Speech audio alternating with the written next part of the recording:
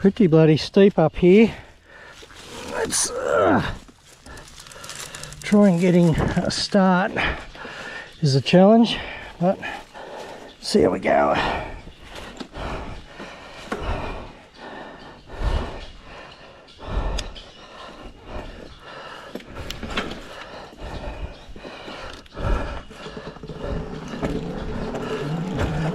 There we go.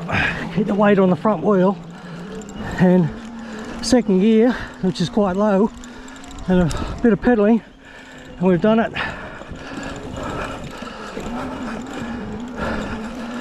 We're getting there. It's quite rugged. Holy shit, that is steep. Oh no, I don't want to go up there.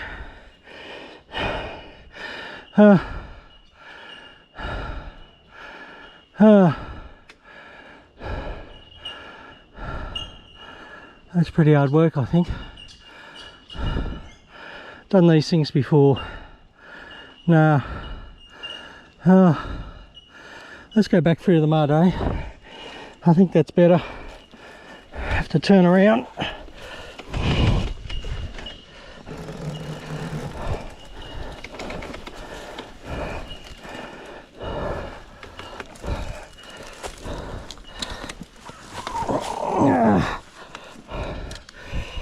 This is where the P7R would be a good option, although I wouldn't climb up this hill very well, I don't think.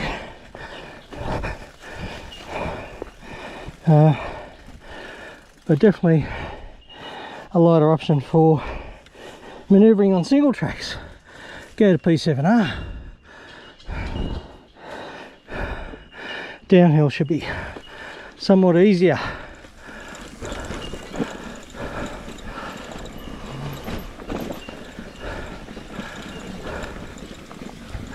Yeah, a little bit steep down through here.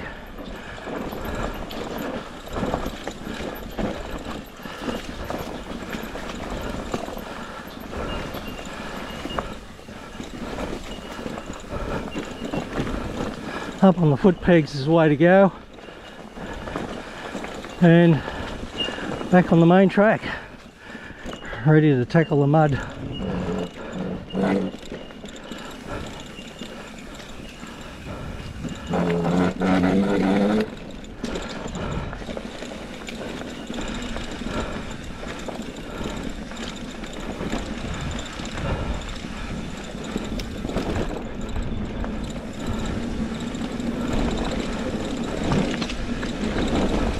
I may have overheated the motor going up there.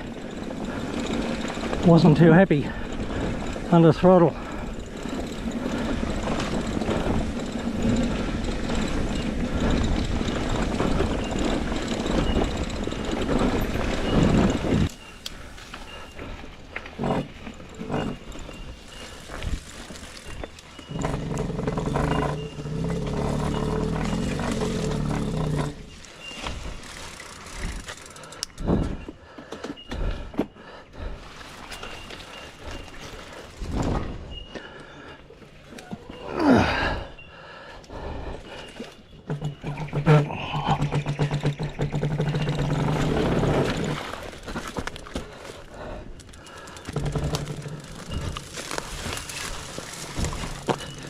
Walk it back out.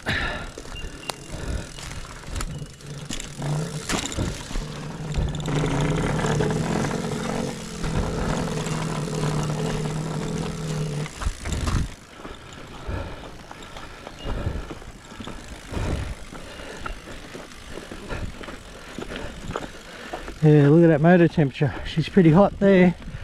I have to let this cool down for a bit.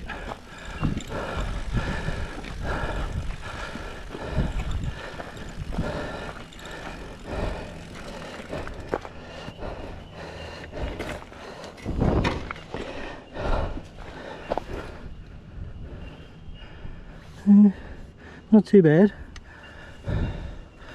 I'll take a risk and turn the motor off.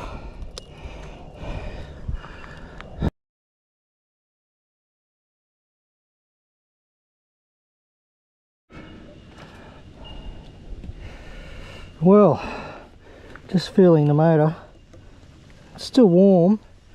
Let's have a look at temperature, see how that looks.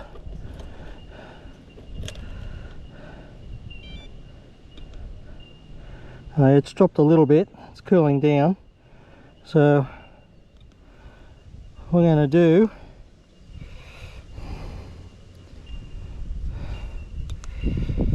is just ride with no power. And turn that off and we're going to ride because it's downhill. And it is certainly rideable downhill, and give the motor a chance to cool down some. Let's see how that goes.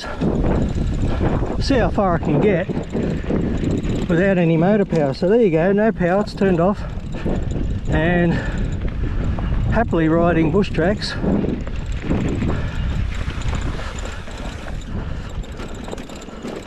Of course downhill.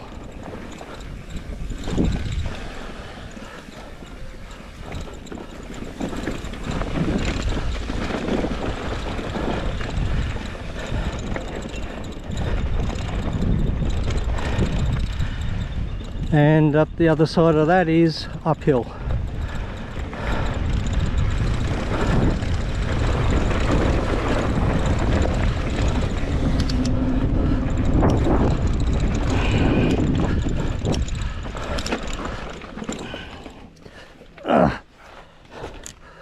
So we're going to walk it. It's not very far.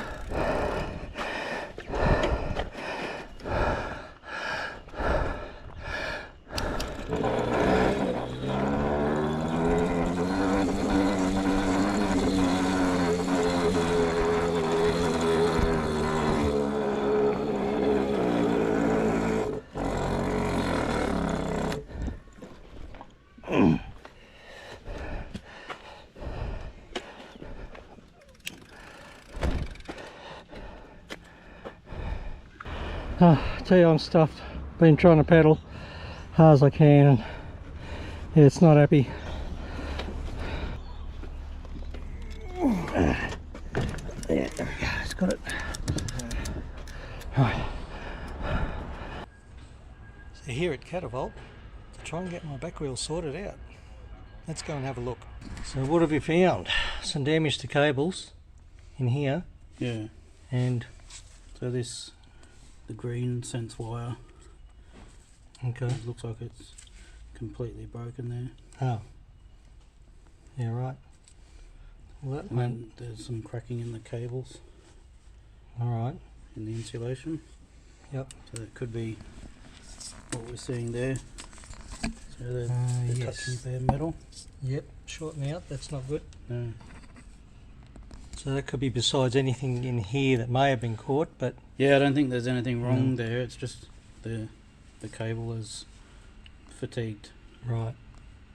So what's the solution? Do you think you can just replace all the cables? Get a new set of cables, yeah. So I don't know. It's probably getting the wheel on and off, fixing so many flat tyres. Yeah. It's fatigued. This looks a bit bent here. Bent? To the original one, yeah. What, in this bit just here? Yeah, which could have been biting on it a bit. Okay. Other than that, they're a pretty simple motor, aren't they? It just rotates around these magnets here.